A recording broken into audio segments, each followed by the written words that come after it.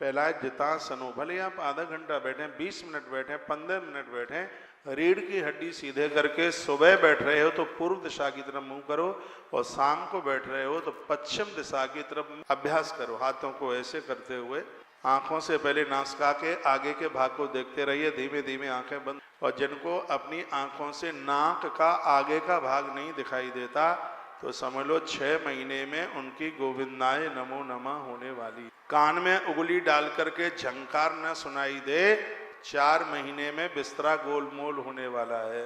दिया बहुतों देखो माताओं ने कान में उंगली डालना शुरू कर दिया, आप चिंता न कीजिएगा, आपका कुछ नहीं बिगड़ेगा। अभी तो आपको बहुत कथाएं सुन, बहुत तो देख रही है नाक का आगे का टुक्का दी गिराए के दिया बुझे, उसकी गंध नाक ना पकड़े तो 90 दिन में 3 महीने में बिस्तरा गोलमोल होने वाला है। लेकिन यहाँ कितनी अच्छी बात कही गई है, सुंदर सा कहा गया कि यदि नाक का अग्रभाग नहीं दिखाई देता, यदि कान में उंगली डाल करके झन्नाट सुनाई नहीं पड़ती, दिया बुझ करके उसकी गंध नाक नहीं पकड़ती, तो कार्तिक नहाओ भैया, दान पुण्य करो, भजन करो, माला लेकर के भगवान का भजन करो, 100 बार की मृत्यु टल जाएगी। 100 बार आती है ना बीच में, 101 भी में तो फिर आदमी जाता ही है, 100 बार जो बीच में मौत आती है, ये धर्म सदकर्म के द्वारा टल जाए। तो जितासनो, आसन जीतिए, जित श्वासो, प्राणायाम कीजिए, जित संगो, संग जीती, अच्छी मित्र अच्छे दोस्त बनाइए, नहीं तो बरभलवास नरक करता था, भगवान नरक दे दे लेकिन गलत लोगों का ऐसा भी वर्णन। जितेंद्रिया, इंद्रियों को अपने बस में कीजिए। ये बड़ी अद्भुत सी बातें बताई गई। तत्पश्चात का जल, अग्नि, वायु, आकाश, अहंकार में तत्व प्रकृति, इन 7 आवरणों से घिरा हुआ इस ब्रह्मांड शरीर में भगवान ही विराजित है। पूरी दुनिया, पूरी सृष्टि ईश्वर से परमात्मा, ऐसी कोई जगह नहीं है जहाँ भगवान नहीं है। भगवान न हो तो धरती में से बीज अंकुरित होकर के पेड़ न, 1 इंच भी जमीन ऐसी नहीं है, कोई स्थान ऐसा नहीं है जहाँ पर भगवती सत्ता नहीं, जहाँ भगवान नहीं है। जर्रे जर्रे में है झांकी भगवान की, किसी सूझ वाली आंख ने पहचान।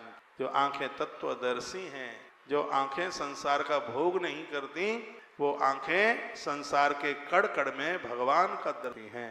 प्रहलाद जी महाराज ने तो खम्भ में भगवान पहचान लिया, हम लोगों को मंदिर में भगवान दिखाई नहीं देता। ये देखो कितनी बड़ी बड़ी। एक और साधु हुए हैं संत नामदेव, बड़े अद्भुत महात्मा, महाराष्ट्र में बड़े अद्भुत संत हुए हैं नामा।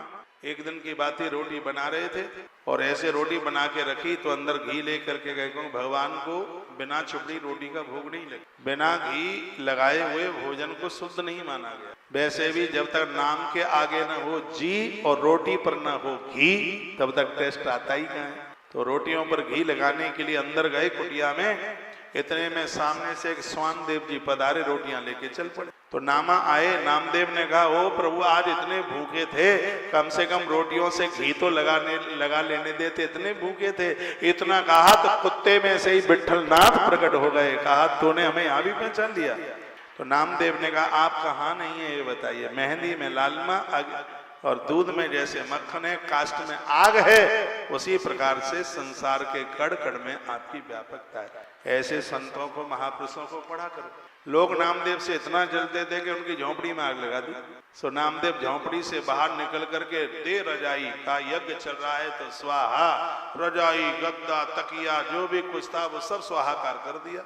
और सर्दी ज्यादा थी, बाहर बैठ करके ठिठुर रहे थे, भगवान रो रहे थे। तो मैया जी ने पूछा, लक्ष्मी मैया ने काहे को रो रहे हो?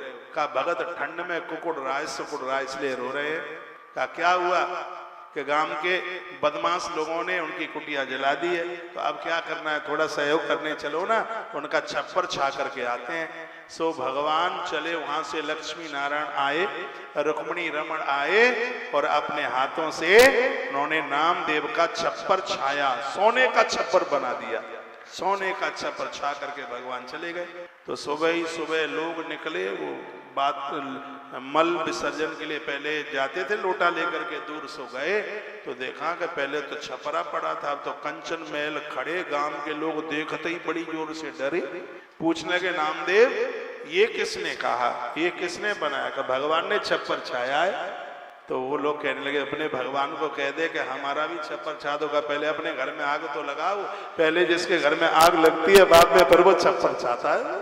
ऐसे नामदेव तो पूरी दुनिया में पहली बार ये घटना घटी थी, जो नामदेव की जो माँ थी छोटी अवस्था में 15 साल की उम्र में ही वैधव्य हो गया, उसके पति खत्म हो गए। पिताजी ने यानी नामदेव के नाना जी ने अपनी बेटी का दूसरा विवाह करना चाहा, लेकिन बेटी ने मना कर दिया।